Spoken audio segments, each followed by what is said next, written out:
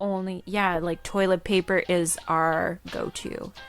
I love getting my hair cut, especially when there's a scalp massage involved. But she would say, your body is a temple and you need to take care of it. We have a lot of flexibility. Yeah, where he just ate garbage. How long was that? A year? Do this. I can't do this without Cassie and the kids enabling me to do this. I find myself encouraging myself, so I'm like, no, you can do this. Don't give up. We got lots to say. I love my husband so much and my son. I had a baby. Her name is Isla. I want to see the baby. I've definitely had multiple drinks on multiple episodes. Loosen up. It's a podcast. We're here to have fun, so enjoy yourself.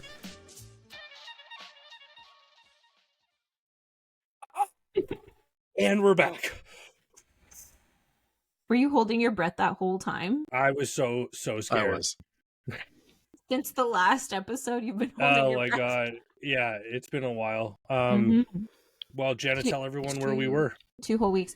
My friends. We were in the Dominican Republic on vacation. So thank you for your patience in allowing us a holiday and taking a week off.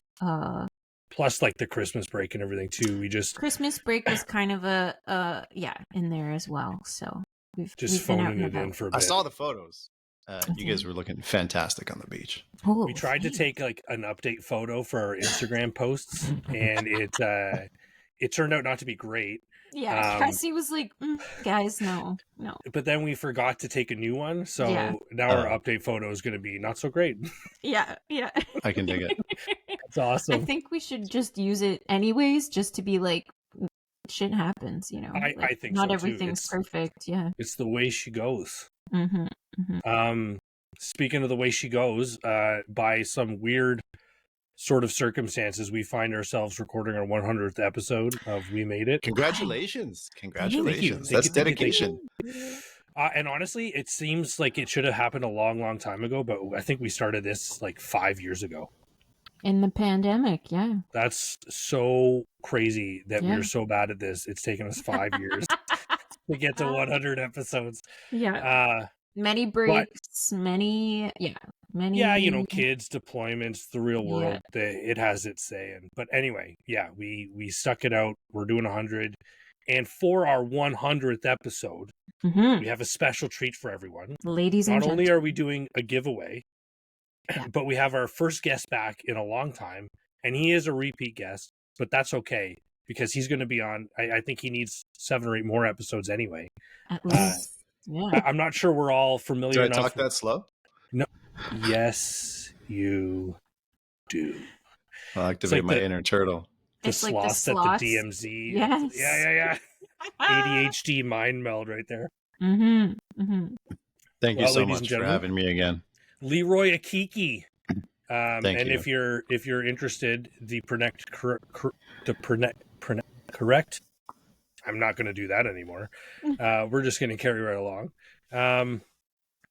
So for our 100th episode, I was sitting in the Dominican on the toilet reading a book, and as you do, imagery. Wow, and thinking about me, of course. Well, and I was thinking about Leroy because I was reading one of Leroy's books. And it occurred to me that we hadn't decided what our giveaway was going to be for 100, and I was like, you know what, we gotta start propping up our own. And I was holding one of our own in my hands while I was, busy contemplating life, business meeting. And so our giveaway for 100 is going to be one of Leroy's books. Might throw in another book or two based off some of our previous episodes and conversations. But I'm really excited to put some of Leroy's work into other people's hands. Hopefully they'll enjoy it more than just. I was gonna say possibly also on the toilet. Yeah, you know. And ideally, I'll be clear here. It's not like an Uncle John's toilet reader. These are good. They're good books, and I forgot the existence of Uncle John's toilet reader. Oh my god. I only know Archie comics. For me, it was all about Archie comics in there the you bathroom. go. Okay. Double digest. Mm-hmm. Yeah, that's right. Double Exactly. digest. That'll get you through the Of course, weekend. when I was a child, I thought it was pronounced diggest because I was illiterate-ish. Man, there are so many words that I mispronounced because I only ever read them. Yeah. And there is a large percentage of those words where I found out how to pronounce them the hard way because I said them out loud and people made fun of me. Shame is important. We need to bring back shame as a more routine method of correction because I tell you what, when I feel shame, I sort myself out in a real hurry. That's a really interesting point because I know we've talked about shame a few times on the episode. Yes. But I get the impression that you're not talking like judgmental shame. You're just talking like you need to be corrected, and I'm going to do it in the quickest way possible, which might hurt your feelings. Yeah, in the most direct way, whether it's in personal life or professional life. Let's be real, we need that. I think, and when I say bring back shame or make shame more prevalent, we've gotten to a weird place where anything goes. Anything you feel and want to say is okay, but the reality is that's not true. Right? There's a reason we have laws, because we have decided these bunch of things, if you do, we're going to shame you / put you in a box. So there's many things, in the social world that we also need to remind folks that, you know what, freedom of speech is cool, but you're still being a dick right now. Yeah. I think there's a bit of the thing that goes along with that too, is that I think people expect to not get their feelings hurt. Oh, big time. And I think there's no place for that, to be honest. Your feelings are your problem. I mean, we should make an effort to make people feel welcome. Like, let's say it's a work environment or whatever. Yeah. But at the end of the day, But feeling welcome is different. It's very different than correcting someone, right? Yes. Like, for example, at our work, right, in our regiment, the Royal Canadian Dragoons, I've always felt welcome there, almost. But I felt shame in multiple instances where I was either publicly or privately corrected. And it wasn't a malicious attack on Leroy.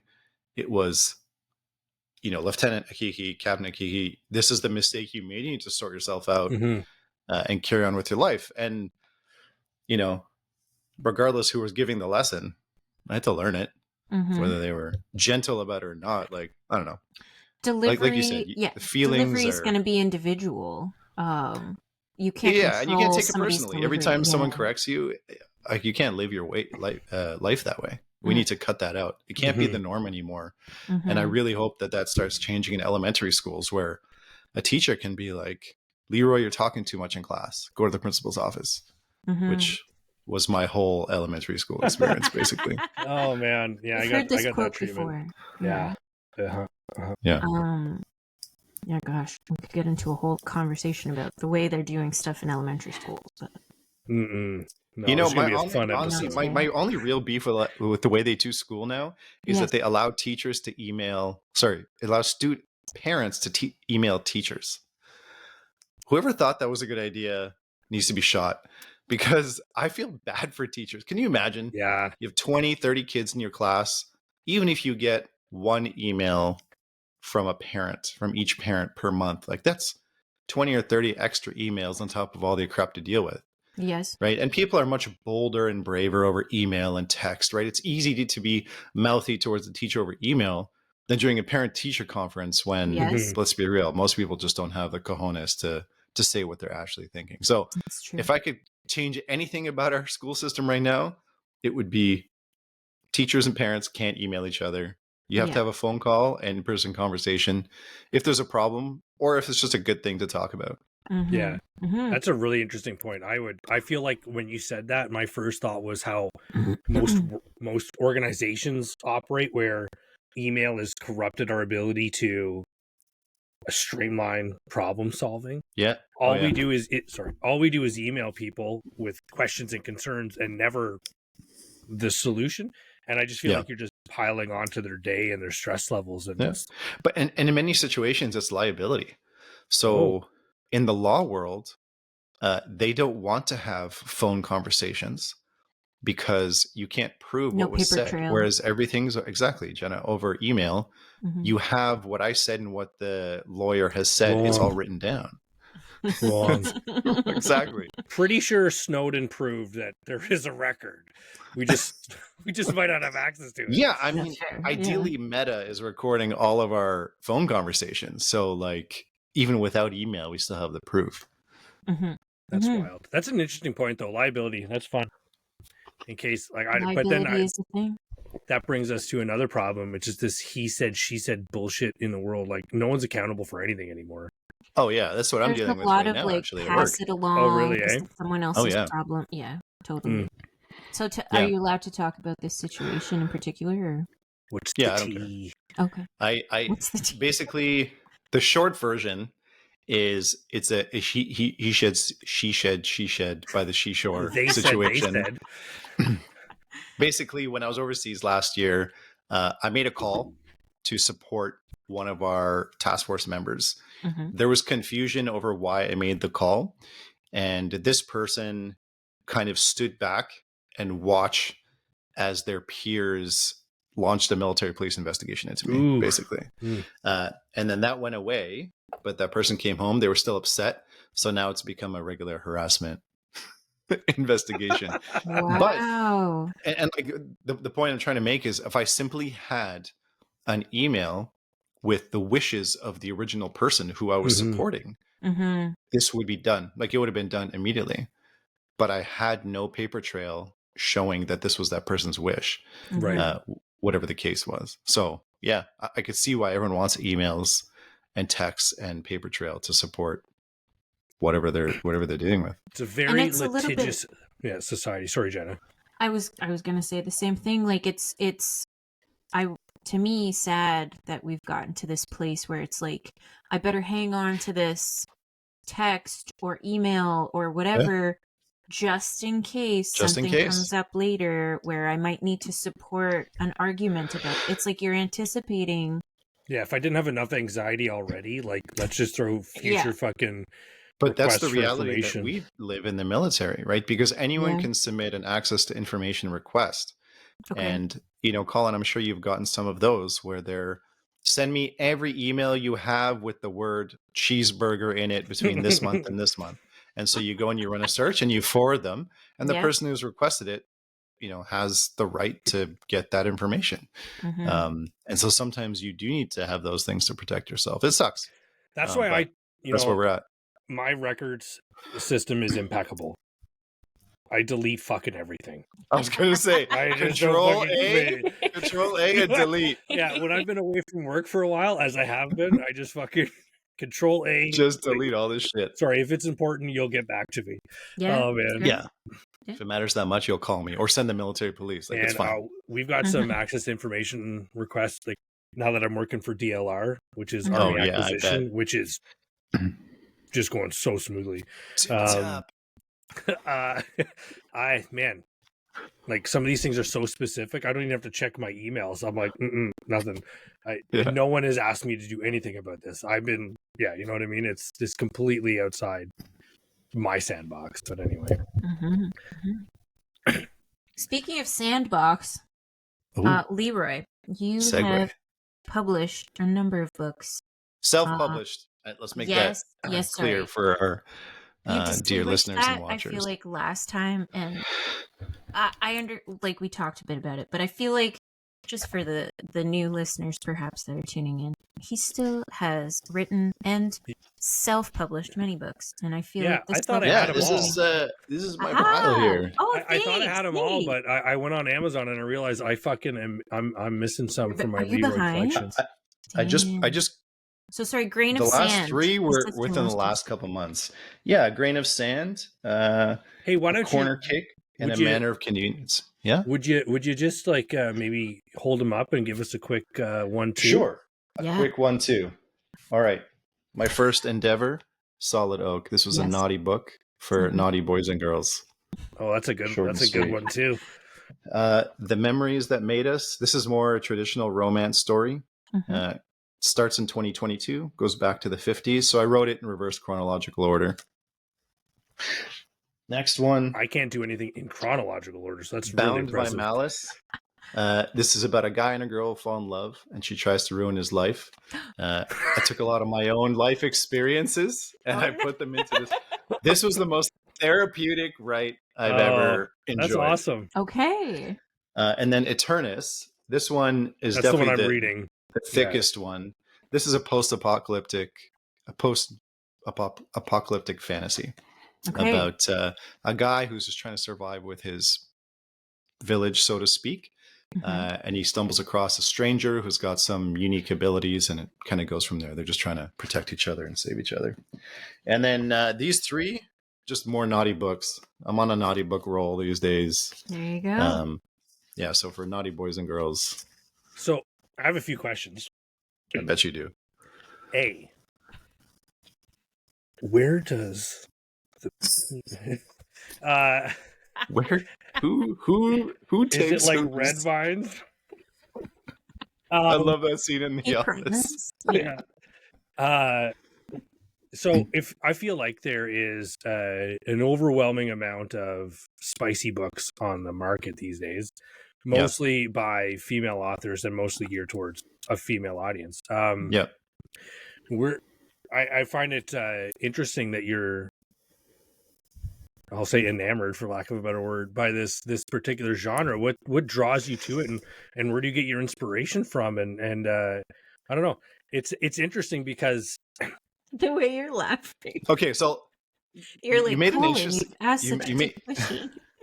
an interesting point. How I'd say like 95% of the stuff is written by women, and I've actually considered using a pseudonym, like a female pseudonym, for future books, because I kind of think that maybe if someone sees a male name on the title, so I actually don't put my first name on the naughty books. I have LF, my initials, and then last name. So it's less obvious that it's a male writer. And I don't even have my photo on the back of the new ones, or anything about the author on the back of the new ones. So I'm hoping that'll help a little bit. But I have considered using a pseudonym to help attract. And as to why I write them, honestly, so the romance genre generates more money than any other genre by a lot. I did. And the reason why I started taking writing seriously is because I wanted to leave the armed forces. I was going through a difficult time. Colin remembers, about 3.5 years ago. And I was basically, I'm leaving the armed forces. This is absolutely happening. So I started writing, and I'm like, how can I make money? Let me try this genre out. So as for the naughty stuff, honestly, this is arrogant to say, but I'm good at writing sex scenes.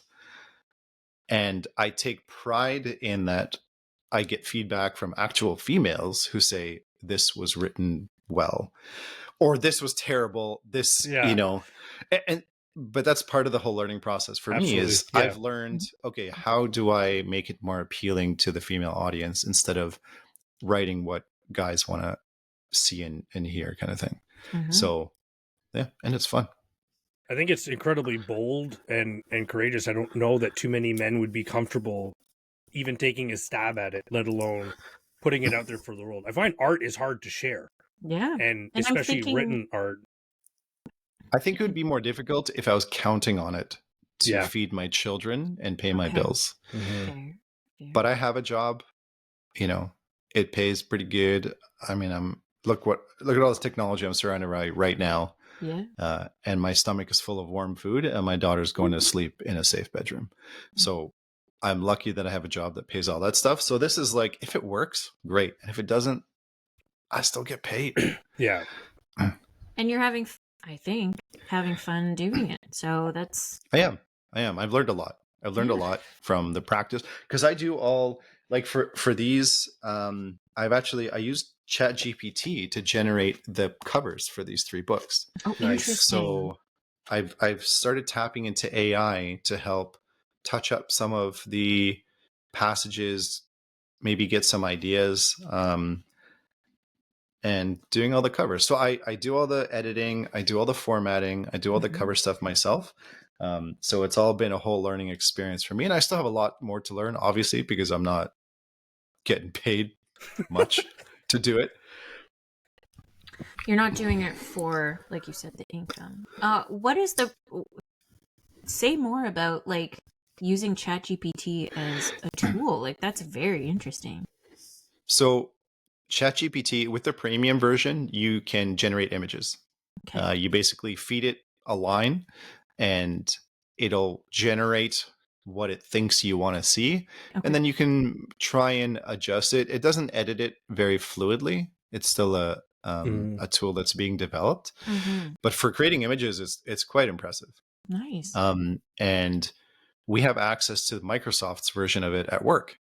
Okay. So let's say my boss tells me to write a memo about whatever. We need more tea in the library. Yeah. So I can write a memo about it and I'll throw it into Copilot, I think is Microsoft's version. Yeah. Okay. And you just simply type, make it better, and it'll give you suggestions for how to improve some of the... Now, the writing isn't that great in AI. Okay. It's not that great. It's like mediocre writing. So you really got to take it with a grain of salt. If you have any ability in writing, you'll see right away, okay, this is like kind of ordinary-ish writing, the type of stuff you'd see on a Ottawa Citizen e-news article, right? Okay. Like they, what is it? They write to a grade 6 level, something like that. Like it's pretty simple stuff. You're not going to get Stephen King type writing out of it. Gotcha. Okay. Can I ask, what's your process? And I was reading ETERNUS, and we talked about this on the phone the other night. But when I think about writing, my mind is a little too sequential, I think, in the sense that I know I read a ton. I know people don't think I can read. I read a ton. So I feel like I can tell what good writing is. And I feel like when I read your stuff, at least ETERNUS, it feels like good writing. And I feel like you're subtle enough to introduce the readers to what they need when they need to read it without overwhelming them. You know, I picture the first book from Game of Thrones, and it took me forever just to get through that book because it felt like every chapter started with the autobiography of the character he introduces. And I mean, it's just a different style, it's a different approach, that's fine. But when it's an 800-page book, oh my God, like let's give me nuggets as we go kind of thing. And I feel like that's so how do you conceive of what you're writing, and then how do you go about creating it? Well, first of all, thank you for the kind words and the compliment. I appreciate it immensely. You're a very intelligent guy. So the fact that you're saying that means a lot to me. And ETERNUS, honestly, I did put more effort into that book than I have any of the other books. And as for process, so I don't get writer's block. And the reason I don't get writer's block is because I don't limit myself of writing chapter 1 through chapter 20 in that order. Okay. If I've written chapters 1 and 2 and I'm on 3 and I don't really know where it has to go, I'm going to jump to chapter 10 because I know I want this scene to happen somewhere in the book. So sometimes I'll write a chapter where I don't know where it fits in my story. I just know I want that chapter to happen. And so what will end up happening is, say I've written chapter 10. By the time I get 8, 9, and I'm at 10, I'll have to tweak it and adjust it so that it flows better. But honestly, I find I just have to start. The hardest part is just beginning. It's just typing the first sentence, and then it goes. And you actually gave me that book on writing by Stephen King, and I've only read that and a recent book by him. I haven't read any of his other books, but in that book on writing, he talks about how he said, just write, whether it's good or bad, just write. That's what the editing process is for. So I don't get hung up on, oh, this passage sucks. I don't care. It's garbage. I'll edit it later, or I'll just delete it if it doesn't serve any purpose to the book. So once I start writing, I'll get an idea of characters. I'll write them down. I'll start writing like an outline. I'll write all the chapters down. I've written chapters 1 through 16. What do they all have? So then I can just kind of look at it as as like a whole, I'm like, okay, these things have happened. Oh, I really want this to happen at this point. Okay, insert chapter here, and I'll just scribble a note there, and then I'll write it later on. Editing is the worst part. So the funny thing is, I've told you this in personal conversation before, how it would be nice to write full time for myself, but editing sucks. Like editing sucks so much. It's as bad as all the worst parts of our day jobs. Yeah. Okay. Absolutely. Like, so if I was writing for myself, I'd be writing 7 days a week to generate any kind of decent income. So I don't know if I answered your question, but I said a bunch of stuff, and you haven't kicked me off, so we're still going. My brain, kind of the way I interpret what you said is, and that's what I really like, is because you're giving yourself flexibility and freedom while you're writing. So you keep the ideas fresh while you skip from one spot to the next. You're keeping them. I worry that maybe sometimes when you're writing, you think about something, if you don't write it down as a note or whatever, maybe it doesn't make it because you completely forgot about it. But I think it would probably create better flow, a more natural read, because you're not trying so hard to get to the next rung on the ladder. You're just writing the things that are coming to you, and that flow is what creates the ease of reading for the readers, which is, so yeah, I think it answers the question. That's a really interesting approach that I'd never had considered. And another thing too, you were talking about how I don't give every single detail to each character in each scene. And I think part of it is because I have a crappy attention span. Okay. Like, there's some books I'll read and I just can't get through it because dude is spending half an hour describing the guy's belt buckle. Like, I don't give a shit. And honestly, Stephen King is notorious for this. So I just read a book by him called Fairy Tale. And honest to God, the story is amazing. It's an incredible story, but the descriptive detail is too much for me. Like, I would straight up skip a whole page because I would just lose interest in what he was describing. And it's incredible. It is incredible.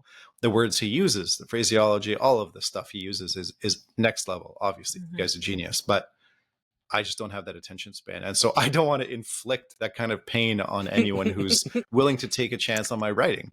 Right? Most people we're simpletons for the most part. Right? I'm not trying to write for highbrow people.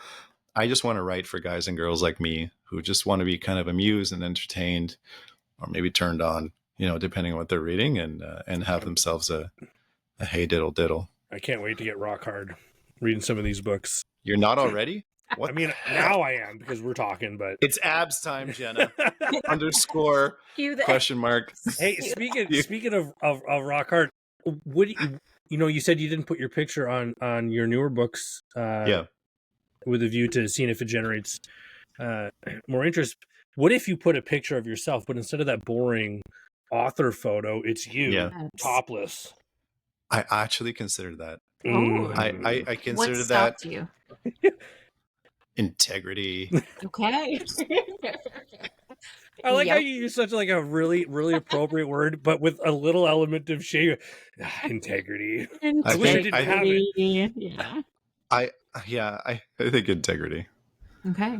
That's fair. Maybe later on when people realize you're a man, and then you can put that on there because you're still rocking it. So that's actually, so it's funny you say that, because I think it would be amusing to have, and this is like 10 years down the road when I actually get kind of okay at writing, to have a fan base that is intrigued by the fact that I'm a man. Because one of the things I do take pride in, not just that the sex scenes are good, but that I'm able to tap into the way a female would think about a certain situation. So I've had women screen some of my writing to be like, is this how a woman would think about this situation? And more I'll get that actually makes sense. And I attribute this to the fact that I do my best to listen when females are talking, honestly, because I'm curious. It's curiosity. For me, it's a curiosity thing. Yeah, I'm curious. I'm curious what makes people tick. And I know how dudes think because I've been one for 40 years. Yeah. But I find it, like, I wish I had listened more when I was younger, because I think I could have salvaged different relationships with females, whether it was friendship or other, by validating and just kind of understanding more what they were saying or what they were implying or what they were trying to say versus the words that actually came out of their mouth. I don't want to I don't want this to be taken the wrong way, but I don't think a lot of people were communicating well. I feel like that's like a new-ish sort of revelation. Like, oh my God, communication is like actually really important, especially if you're trying to foster like a romantic relationship or something more than friendship, right? So, I don't think you're alone. And I was actually just having the thought before you brought it up. You're probably going to end up tapping into a niche market because you are a male writer in a female-dominated genre, right? Yeah. So I think you'll end up with, those like long-term, we can't wait for his next book to come, that sort of thing, right? Like, with a real following. Maybe. Or, you know what? Maybe one day I'll just ditch the whole erotic genre altogether. Because I'm still writing other things. So honestly, like the erotic stuff is easy for me to write. Okay. Because love stories are pretty easy. I have a formula that I follow now.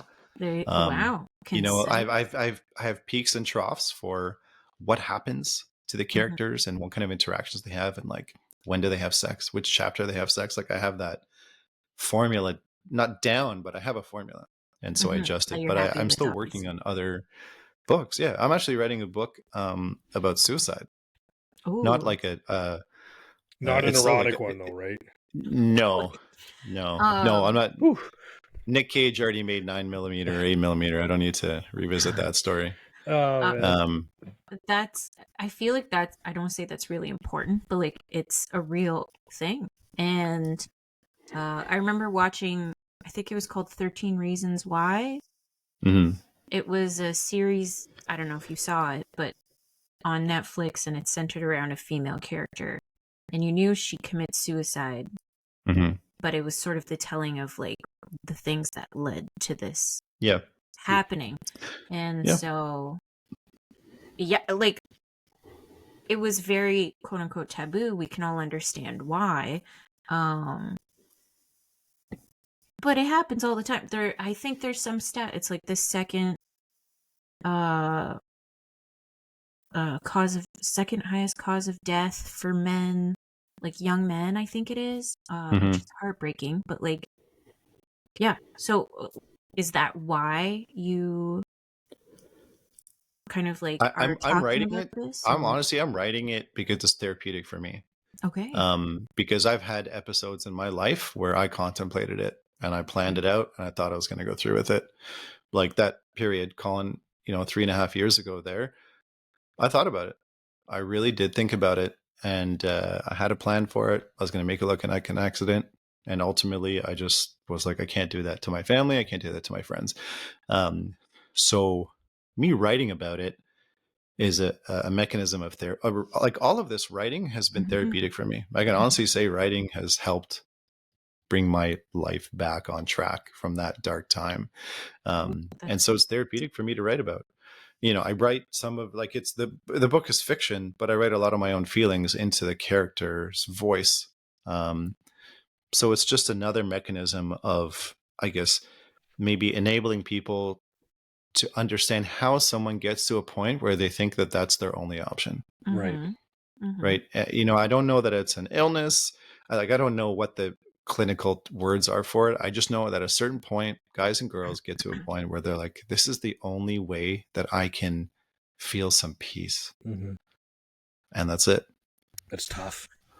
Yeah, it is. Yeah. And like, it's a heavy subject, obviously. And I'm sorry that you ever, might I just say, like, I'm sorry you ever felt that way. I'm glad you're. But I'm grateful. I'm grateful because I got to experience that so I can understand it better. I had friends like Colin around me during that period, who honestly like kept me alive. There was a handful of guys that just kept me in one piece. They didn't know they were doing it, but they were doing it. So I'm grateful. So I can only fathom that napping in your office was helping you. Dude, I miss that office so much. I'm in a cubicle world now. I can't fucking there is a lactation room in our building. I might use that, but there's Oh, that office was wicked because it had no windows. And it was so far removed from like the main path of people. No one. Yeah, there was no chance of someone accidentally come to that office. Yeah. If you were coming to that office, you were coming for a nap. Like there was no, or to just fuck around. Yeah, absolutely. Yeah, good times. Good times. Well, it was good times. I think one of the hardest parts about sort of being and living is appreciating the fact that we're here to experience the breadth of emotions that we have. It's the only reason they exist. It's the only reason why. I don't know. There's no good way to say it, I don't think, but I think it's to appreciate the experiences and the emotions for what they are, and like you said, to learn from them. And now you're turning that into something that's a little bit more positive, a little bit more productive. And I love that you're using writing as a form of therapy. That's what I do. I journal a lot. And it's, I mean, for me personally, and I say this to Cassie all the time when I'm stuck, I'm feeling negative, I'm feeling down, whatever. Most of the time, I just have to share with her what I'm feeling, and then it kind of goes away. I'm no longer keeping this secret. It's no longer a thing because now it's out there. Holding you hostage. Well, you're lucky that you have someone who's going to listen and validate what you're saying, right? Like, if she gave you shit or didn't listen or didn't validate you, you wouldn't ever speak of it again. No. And I mean, so there's a great example. She's a legend of a girl, right? Like, well, she is. And we're still unraveling that mystery. Why the hell she chose you. Yeah, me too. Daily. There's a great example of what you just said that was floating around on TikTok a while ago, and that was the guy in his spool of wire.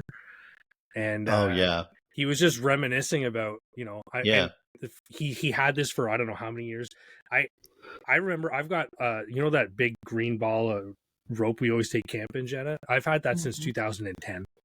Yeah, you know what I mean? Paracord? Yeah, from Cap. Just all the ad rep shit that they didn't want back. I took a bunch of it. Anyway, she low key kind of makes fun of him for it, and he kind of walks away. But the example that demonstrated was, it's difficult for anyone to be vulnerable. Yeah, and to take that gift that they're giving you, which is their vulnerability, and to embarrass them or humiliate them is probably the lowest thing you can do. Oh my God. I can't. So either it was staged, or I can't believe that person put that online. Like, if someone had taken my moment like that and posted it up, I would have been furious. And then she made a follow-up video where she said basically that we were just joking or whatever, and she put him on it, and I don't think anyone believed it. It was like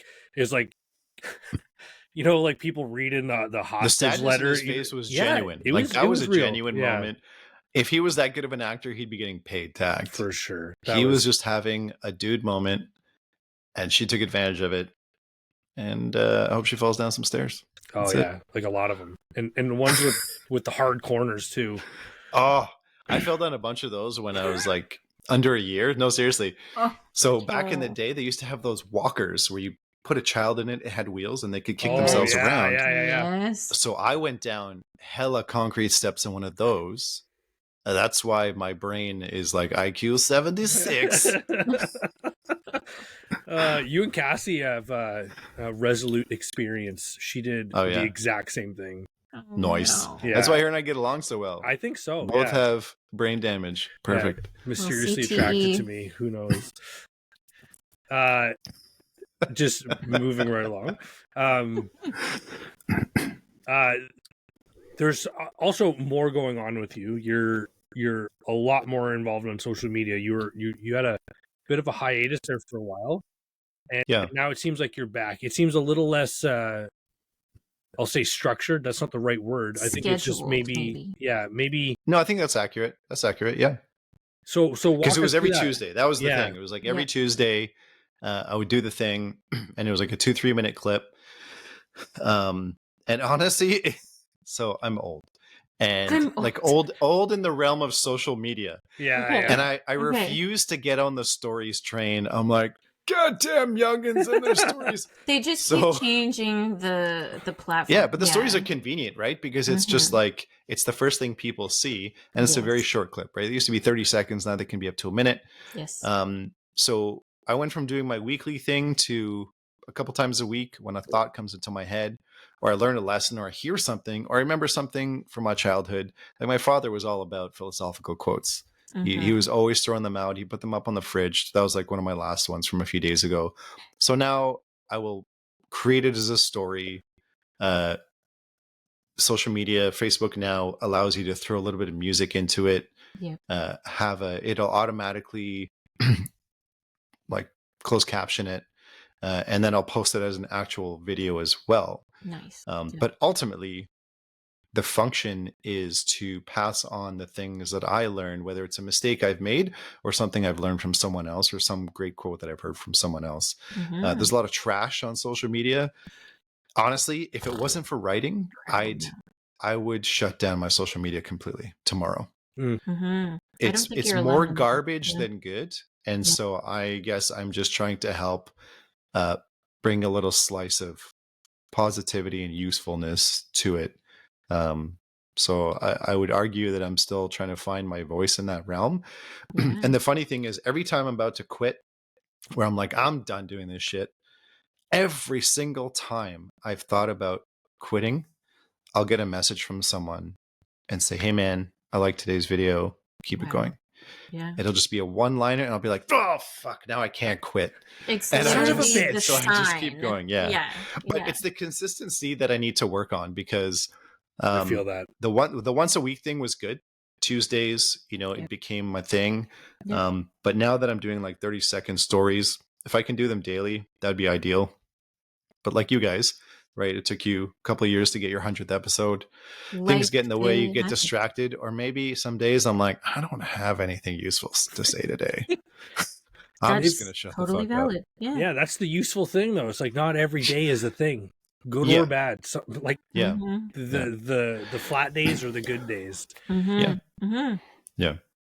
That's awesome. So that's where I'm at. So there's no title to it. There's no there's no title to it. It's just words.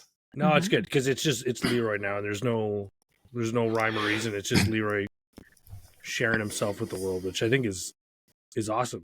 Because I agree with you. There's this genre of social media post called hopecore, and it's I've heard of this. It's just like that idea that there is good out there. There's positivity. People do good things for each other. It's not just like I saw a video yesterday of like someone trying to commit insurance fraud by faking a rear end kind of thing. Where they back up into when they get out, and then when they see the dash cam, they kind of bail. Yeah, they all get out and they're like, "Oh, my neck." Anyway, it's just like there. Of course, there's so much of that, and I think the real problem is, if you're on social media any amount of time during the day, you're exposing yourself to the wrong view of what the world actually is. To a certain extent, Well, a great example of this is this guy posted a video of himself traveling in Afghanistan. And he says, here's the biggest scam in Afghanistan. You go to this restaurant and they get these. They're so nice to him. Yeah, they got these meat pucks, and they'll get you in and you'll eat, and they'll bring you into, you get your own private room, and they dress it up nice, and they bring and then you don't pay whole big spread. And at the end of it, they don't make him pay. I know but that's like clickbait, right? It is. It's like all those videos. Like if you look up any car, say you look up Tesla Model 3, the first 15 videos are going to say the truth about the Model 3 because they use those catchwords and those clickbait things to lure you in, right? Scam, the truth. This is why you should never own a Tacoma. But then it's a video praising the Tacoma, because I think people gravitate towards negative shit. And it's because it's more interesting. It's more intriguing. Well, like you go on CBC News, CTV News, most of it's garbage, like bad news. But let's be real. Most people are really good people, right? There's very, very few people who wake up in the morning and think, I'm going to do something malicious today. Even evil people wake up in the morning thinking they're going to do good. Probably, yeah. Right? The Russian prez doesn't wake up in the morning and he's like, nah, I'm evil. No, he wakes up, he's like, I'm going to do great things for Mother Russia. Like that's... Yeah. Fuck, whatever he sounds like. I don't actually know what he sounds like. You said something earlier. What was it? I want to say it's on the vein of like doing good. I would delete social media tomorrow. No, it was like literally a hot second ago. It was so while you're thinking about that, yeah. I do want to talk about the thing that I said about trash on social media. And I don't mean entertainment. Entertainment's fantastic. Love the entertainment. But I mean the actual trash content, like what Colin was talking about there with these people are backing up trying to commit insurance fraud. I love the entertainment stuff. Like there's this farmer family, Gatlin died or something. It's like him, his cousin, his grandmother. Yeah. They make hilarious and informative videos. And I find the key is to control myself. So I have timers set on my Facebook and Instagram. Yeah. 30 minutes, it pops up and it's like, yo, you're done. And then I just close time it. limit. I got to do that because I think that tool is very useful, and it's I think more people should use it. I hate that there's an override for it because it defies the whole point. So Instagram's override is more difficult to enact. Okay. So when Facebook's pop up, immediately you can hit a snooze. Okay. When Instagram's pops up, you have to hit more options and then there's another sequence. Okay. So I'm more likely to close Instagram immediately because there's no snooze button right in my face. Yes. And I found them useful because it just brings to my attention that I've spent that much time on it. Exactly. Right. Before it's like you scroll and it's like, where did the last 90 minutes go? What do they call it? Doom scrolling? Yeah. Doom scrolling. Yeah. Yeah. There are and ads then your cortisol. that you can't override. Sorry, ads you can't override? Go ahead. Did I say ads? Apps. There's apps you can get where, like, once you set it, like, you can't go in and unset it kind of thing. I don't know that. Oh, that'd be tight. Cortisol, stress. Let's hit it. Oh, what happens also is when you're on these apps, what's happening in your brain, and like, I'm not a scientist by any means, so like, don't quote me on this, but from my very limited understanding, it's like you're getting these cortisol spikes. Yeah. You're trying to get that feel good hit. And you get that one video that feels good, and you're trying to get another one, and it's very difficult to do that. Yes. Dopamine. Yeah. You're looking for those dopamine hits. Yeah. And what you're getting is a lot of cortisol. And then you end up in this cycle of like, it's almost like pulling the lever at like a slot machine or whatever. You're like, the next one. I need to. I just need to feel good on the next one. Totally. And then I'll close it. Yeah. I was what I was thinking about earlier about why there's so much negativity on social media is because I think it's just easier to feel negative. Yeah. I think it's like hard, more default feeling. Yeah, it's hard to be positive. Especially because life is fucking hard. Yep. You're stressed every day. You got problems, stupid conversations, idiots in your life. That's a big reason why there's days where I don't post anything. Okay. So the days that I feel the worst, I'm like, man, I can't, like, fuck everybody. I'm going to eat a chicken burger and go to sleep. Yeah. But you should be posting that. You're like, guys, I'm not having a great day. And guess what? That's okay. I'm having a cheeseburger.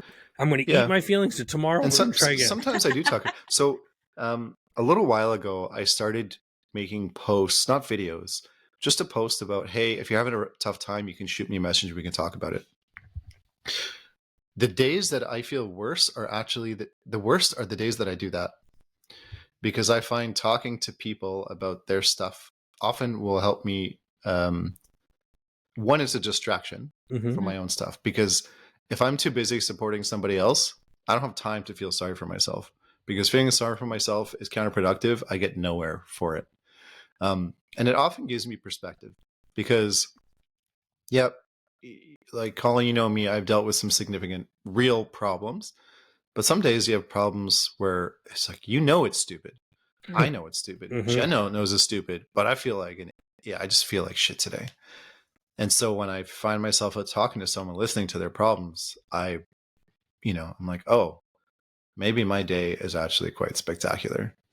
I find reading the news helps with that, but doesn't help. You gotta be careful because it tips you into depression if you're not careful. Yeah, there's a very like so fucking mad at stupid shit. Yeah. But I mean, like I'll read about what's happening around the world, and it's important to just kind of have a know of what's going on. But it gives me that perspective, and I have these conversations with my children. My kids are 12 and 15 now, And so I have very real conversations with them about how good we have it. They know. Like my daughter knows. My daughter knows that it's safe here, that nobody's going to kidnap her. She knows that there's parts in the world where girls get taken. I don't tell her the rest of the story, but she knows that there's places where people get taken and killed, and it's just shit. And we're really lucky to be here. So set of skills. Yeah, exactly. Yeah, I tell my kids, you're safe here for now. Yeah, for now. As long as you keep doing your chores. Keep talking back, pal. We'll see how fucking safe you are. Are your kids lippy? Are they mouthy? They're so fucking lippy, man. Really? I just want to throw William through the fucking intelligent. wall. If I started today and didn't stop for 10 years, there wouldn't be enough walls to fucking put you through.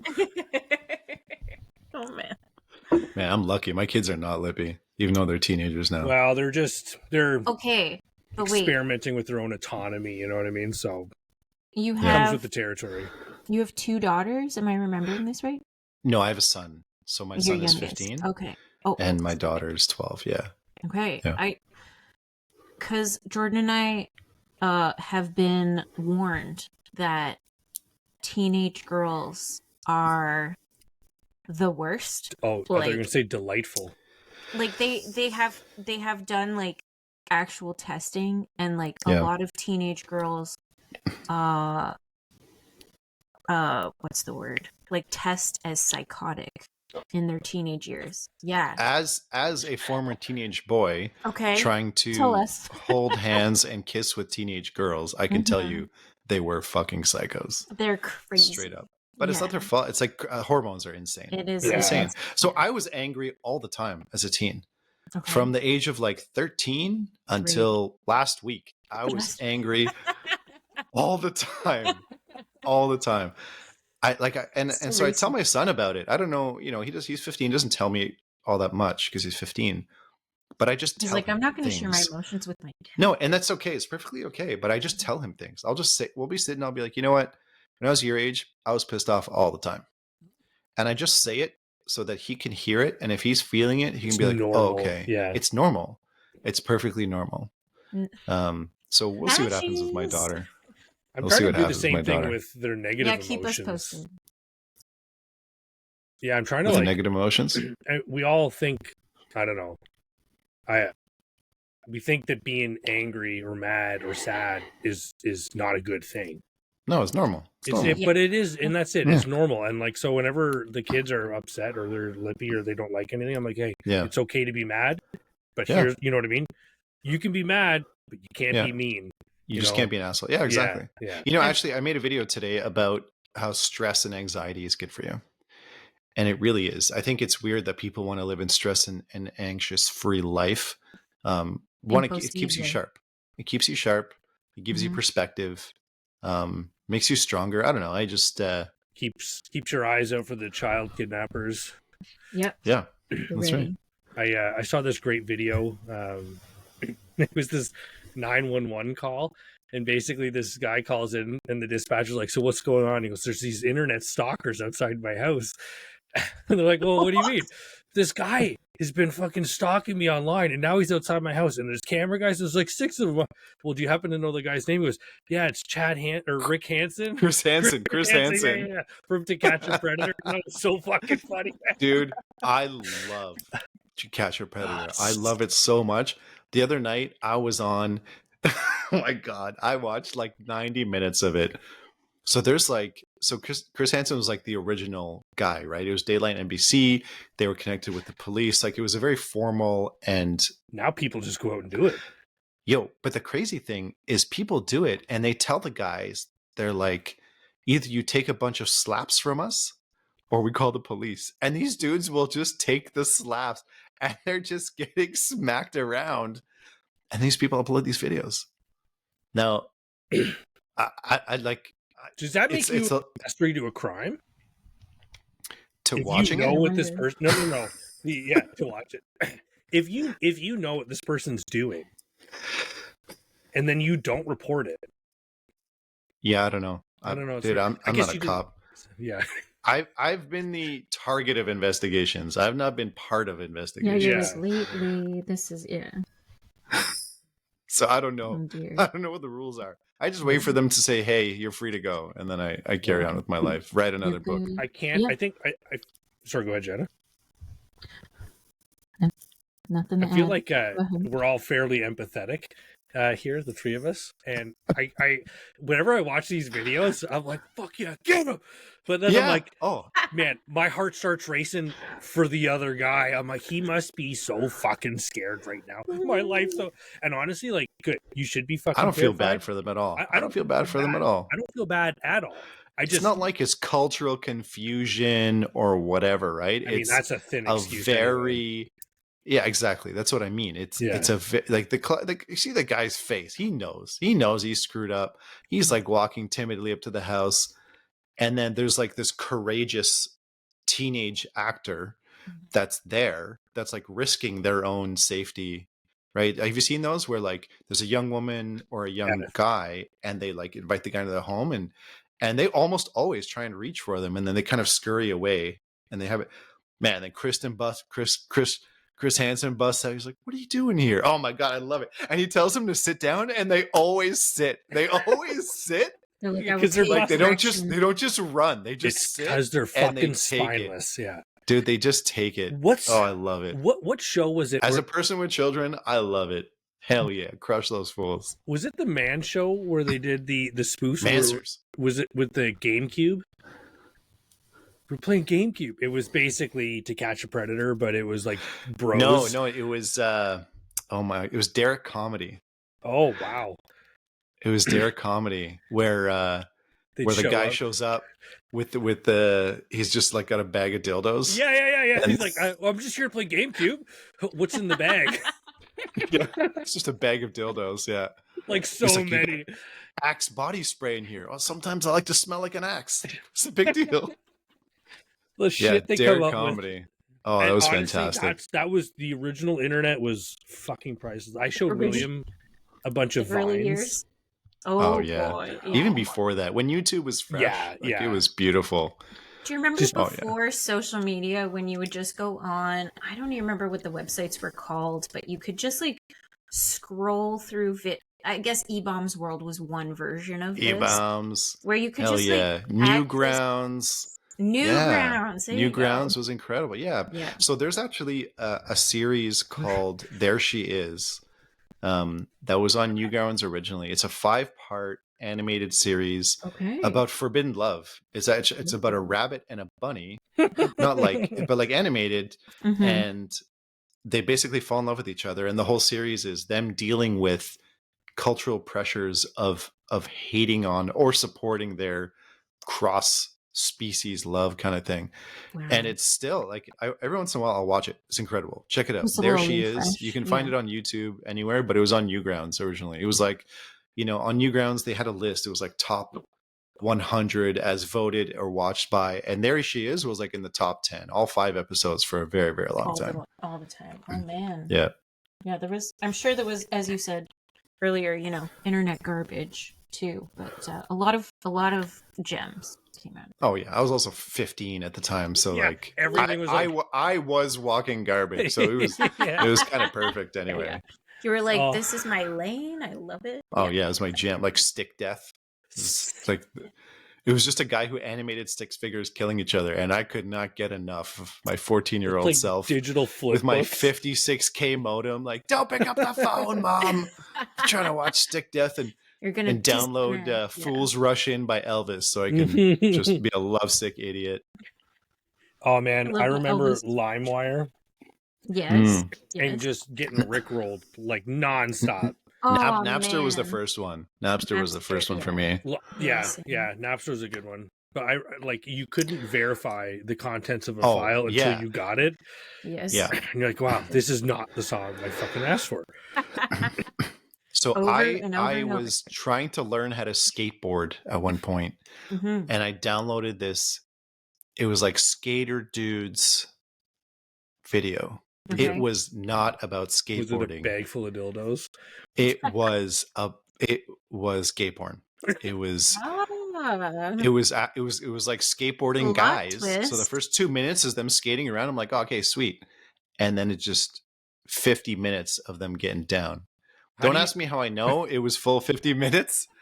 But like, how do you know my considering question? Considering how well, because I know you, like considering how slow the internet was at the time, like I wasted a lot of hours trying to download this skating video, and I got gypped. Yeah, well, I want to say, like, to support your like wanting so badly maybe to learn how to skateboard, you were like, but they go back to skateboarding eventually, right? You're like, I can picture like clicking through, be like, maybe just at 10 like, minutes, maybe just at watching 20 it like, minutes. Yeah. Okay, you know, they must. He's almost done. There's just he can't taking go a another break. 20 Yeah, minutes. Yeah, that's so fucking funny. Oh my god. Oh man, sorry, well, Colin, I feel like you were gonna say something.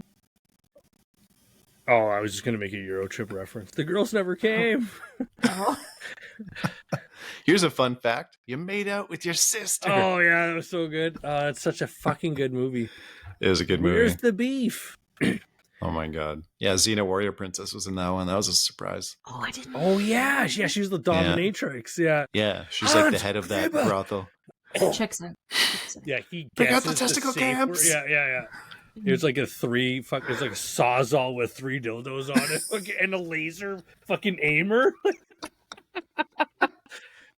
Hey, cool shirt, Club Vandersex. Poor Jenna. I don't want to. Jenna's like, I didn't sign up for this. I wish I'd logged off 30 minutes ago. No, I must say I don't think I ever saw Euro Trip. It was probably like That's for the best. It was probably one of those movies that my parents were like, no. You see, watching it as an adult now would be terrible.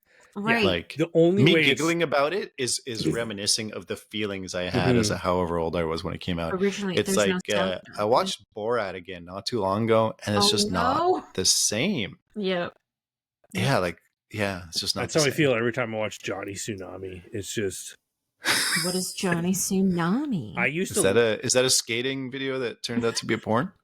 Kind of. That is a very porn name. Kind of. His Tsunami. It was a like wave. Leroy Pipe. One of my favorite fucking my favorite names is Barney, one of Barney Stinson's characters from How I Met Your Mother. How I Met Your Mother. Yeah. They keep calling him I don't know, someone calls out a name, they're like Jack Package. It's like it's Jacques Package. Jacques Package. But he knows everyone's gonna say Jack Package. It's just so it's so blunt, but it's so fucking funny. That's beautiful. Well I used to live for Disney's, like the Wonderful World of Disney, whatever night of the week that was. And Sunday they put on night, a fucking 6 p.m. Disney movie. Mm-hmm. There was this one I fucking was obsessed with called Brink. Because the guy's name was Brinker or Brinkner or whatever. And he's a fucking rollerblader. And hell yeah. And him and his fucking crew are like they're OGs. They didn't sell out. They're not sponsored or anything. And anyway, of course. He ends up going to a team that's sponsored, and his friends fucking hate him. I tried watching it again a couple years ago, and I was like, "Oh my god, trash!" It's not even that it's trash. Like I'm so embarrassed watching this right now. I don't know why. I don't know. Johnny Tsunami still holds up though. It's about a surfer, Johnny Capahala, and his dad. Gets he's got to go to Colorado, whatever, for his job, so he takes his family. This kid's grandfather, though, is like that classic evil Japanese guy from all the movies, like Mortal Kombat and shit. Perfect. But he's a really good Shang Tsung. Yeah, dude, there's a cleaner at my work who looks like Shang Tsung. I'm quite certain if he catches me alone in the hallway, he's going to steal my soul. I'm like same body build, same like long wispy hair, long wispy stash and stuff. My soul is going to be his if I'm not careful. Leroy, watch out. I have a hard time stopping myself from going and talking to people like that. I'm like, man, do you look just like... Do you even know? Yeah. You look like the worst person in that whole series. When we were in the Dominican. I know you're making minimum wage right now, but let me tell you about how you're the worst character I've ever seen. I saw this guy. We saw repeat characters in the Dominican. So many of them. So many. Yeah, sorry. There was one guy who showed up, and I stared at him for a whole minute. Mm-hmm. I was like, I'm pretty sure I know. Like, he had the same beard, same fucking pepper, like gray hairs in his beard. He was bald. He looked just like this guy I know named Matt, and I wanted to go up to him and be like, "Hey man, what's your last name?" You look so familiar. But I was like, I'm just gonna ruin his fucking week because now just he's gonna every time he sees me, he's gonna be like, "There's the stalker, there's the weirdo." Yeah, he wants to know my last name. Whew. Anyway, yeah, you good imagine? times. I can't imagine. I was gonna ask you, and I don't know if this is a long story or short story, but Seven Wolf Retreat. I see you're wearing the shirt for it, but then there was mention of it on your socials. What is this about? Okay, so the short version is it is a nature healing retreat for veterans. It's like that's what it's going to become. That's the end goal. Okay. So it was founded by a retired member of our regiment from the Royal Canadian Dragoons. Colin, you know John Green? Yeah. So he founded this thing. Okay. He purchased a piece of property on the Quebec side, like northwest of Pembroke. Okay. And it was just trees. It was like a completely undeveloped, not useful property, and he's been working on it for the last several years. Okay. And so we get together every once in a while. There's a group of us that will go and we'll camp there for a weekend. And honestly, it's just an opportunity for us to be with people who understand each other. But his vision of this, and he's been building these bunkhouses where visitors can stay in. Anyway, it's still a work in progress, but the idea is that people who are hurting, veterans who are hurting, can come and hang out with us and be put through a program where, we do a little bit of survival stuff, hanging out in the woods. It's just, like, let's be real. You go out in the woods and it just feels good to be out in the woods. Yes. And to be out in the woods in a calming place. And it's a very quiet spot with people that understand you, who know probably what you've been through, especially veterans who are hurting, and so that's Seven Wolf Retreat. That's his plan, his vision. And he has done incredible work of building up the place, of literally taking tractor and clearing trees and making space. And it's an awesome spot. Does he make you sleep in Arctic tents, or like, is it nice? No. So you can. Yeah. So there are several bunkhouses. So there's like two sides to the retreat. There's like the staff side, so to speak, and then the visitor side that he's been really putting a lot of effort into. So there's a couple of bunkhouses that are built for the staff side. So that's where we go and we hang out. And on the other side, like literally across the road, his vision is to have these little bunkhouses. These people come and stay, and they can hang out there. So he's still working like mad on it. He's got some helpers, helping him build it up, doing some of the work. His wife is brilliant when it comes to advertising stuff. Like, she owns a restaurant in Pembroke, so she really understands a lot of this stuff. And so she's helped him along, and now he's all over social media. He posts a lot of videos while he's out there, and he just kind of will say, "Hey, wolves," and then he'll just kind of say a thing off the top of his head. But yeah, long-winded answer to say it is supposed to be a healing retreat and a support center for veterans. That's awesome. Well, that's fantastic. I'm super happy that that you asked that, Jenna, because I didn't think twice about the stupid shirt he was wearing. Just kidding. I know John Green, not as well as probably you, Leroy, or a lot of other people, but I mean, he is truly one of the purest people you'll ever meet. He wears his heart on his sleeve, and he's a really awesome person. That's really and he's cool a legend for so many reasons. Yeah, like, he's an excellent soldier, excellent soldier. He's just a good dude, wonderful, super sense funny. of humor. Yeah, he's so engaging. So the property is about 800 meters or so from a popular restaurant and beach spot called the Fort, where people on the Quebec side will go there and hang out, and then Ontario side will take their boats, kind of hit the beach. And anytime we've gone there, he will get business cards from people. He just starts talking to people, and he's got this bright smile and this wonderful, engaging personality.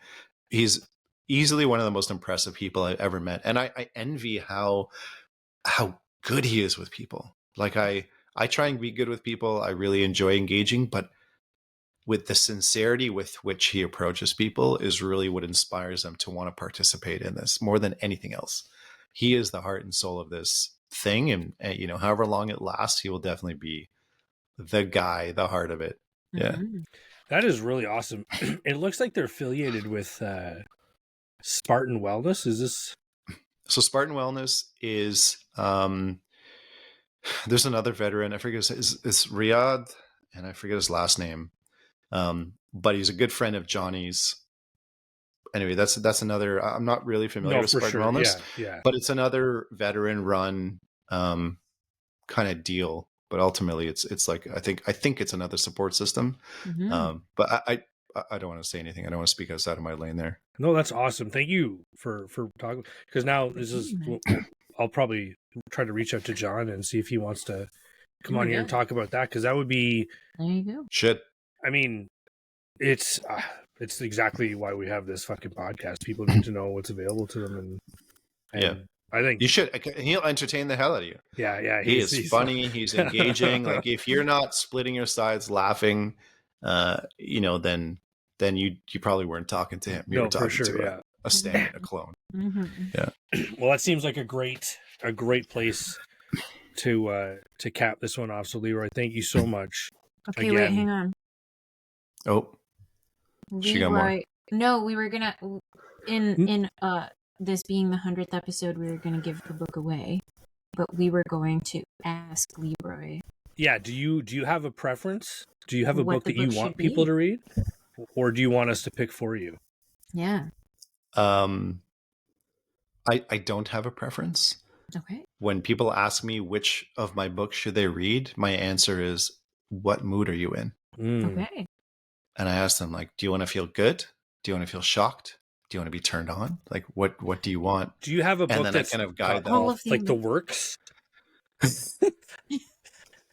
No, I initially, Colin, you were talking about ETERNUS, and I would say, let's go with ETERNUS because it's the book that I put the most effort into. That's perfect. The concept of the story I came up with like 10 years ago, and I had reworked it multiple times until this iteration of it. And I'm glad I wrote it. Oh, that's good. Yeah. I'm glad you wrote to share it with. Yeah. I've been enjoying the heck out of it. That's so very kind of you guys. I really appreciate the support. I appreciate you guys inviting me again. You're going to regret it for sure. And it'll be another 3-4 years before you forget. Yeah, Leroy, right. I don't think you back another time. It's been so long since we had you on last that our whole process for recording had changed. We weren't using computer-based software. We're on the internet now. So, well, maybe it'll be all done by AI, or hopefully one day I'd love to have an in-person studio, but I don't know that the world's going that direction. It's tricky, but I think the good stuff. Thank you again so much. I think so too. We got to figure that out, but we don't live close enough together yet. I gotta move. You gotta move. I don't know. You need to be like Joe Rogan status, like people willing to travel to get on your on your podcast. Yeah, I'll fly you out. Like there's podcasts that do that. I'm like, whoa, that's crazy. Yeah. Hold the phone. I'm gonna book the flight. You're paying for it. Gotta spare hundreds of dollars. Yeah. For everyone who's listening, Jenna, I'm going to ask you to do the giveaway stuff because I don't know how to do it. Organize. Yeah. I've done this before, so yeah. Go ahead. I was just gonna say, like, we'll have a I don't want to say entry form, but like you'll be entering on our favorite place, social media. And the best. We'll get names, and then we'll get contact info and all that good stuff, and then who we pick, we'll be getting. Go ahead. When are we gonna? It'll probably be in 2 episodes from now. That'll give us time to, because it will publish it this week, and then by the time we record, give people time to enter. We'll know exactly, and then we'll be able to announce. So, look forward to that. Like, comment, subscribe, share. Anything that gives more visibility to the podcast will get you an entry into the giveaway. And honestly, to everyone, not just Leroy, but everyone who does come and listen and watch the show, we really appreciate it. One day we will be Joe Rogan, and people will flock to us. Absolutely. And I believe it. I appreciate that. Thank you so much. Thank you. I'll be on your 1,000th episode. Yes. Okay. I'm writing this down. We're gonna manifest that, and it'll be not in 5 years. It'll be like way quick. No, it'll take forever. There you go. Leroy, tell us. Wow. Tell people where you're at and how to get a hold of you. Yes. Where I'm at, I'm on Facebook, Instagram. Just look up Leroy Akiki or Leroy the Dreamer. That's my Instagram handle. Find me there. Shoot me a message. Whether you want to throw some hate or some positive words at me, I'm game for either, and I'm ready for both. For anyone who's having a hard day, you can reach out to me anytime and just say, "Hey, I'm having a shit time," and we can talk about it. Or if you want to ask about my writing, or if you want to learn how to just get started in the writing world, cool. Or if you want to know how to make poutine at home, I got you. There you go. That's what we're going to talk about the next time you're on, because I was there the first time you tried to make poutine. And it was a disaster. No. I have a commercial fry cutter now. Oh, no shit, eh? Oh, yeah, so it's beautiful. You throw a potato in there, boom. I'll tell fries. Everyone, Leroy made homemade cheese. And not. Oh, yeah, that's right. Shockingly, that's right. That was the best part of it all, which was incredible. That's right. So, but we'll leave the people wanting more. And once again, Leroy, thank you so much. Really, really happy to have this conversation. Honestly, it's reinvigorated my desire to keep going with the show and have other people on. It's just been really easy to not look for guests and not ask people to come onto the show. But thank you so much. Thank you so much for having me. It's really nice to talk to you both again. Colin, I get to chat with you regularly. Jenna, the last time we had a conversation was the last time I was on the show. 2 years ago. I know it's too long. But it's nice to know that you still have this intelligent heart about you. She really, Colin's like a shotgun and she is that like laser, right? Yeah, let's be real. Yeah, Colin's a shotgun and she's the pink mist shot. Yeah. That she makes it count. With the targeted questions, So thank you so much for having me on. Awesome. I really had a good time. We thank you so much. Yeah. I feel like it's just like a circle of gratitude. Yeah. Oh, Colin, I saw that. Yeah, smile. Okay. I will say goodbye. I gotta wait for Jenna. I'm gonna say good night. Yeah. Thank you. You gotta say it, Jenna, so I can press stop. Oh, I'm so sorry. Oh, I forgot. Toodles. Toodles.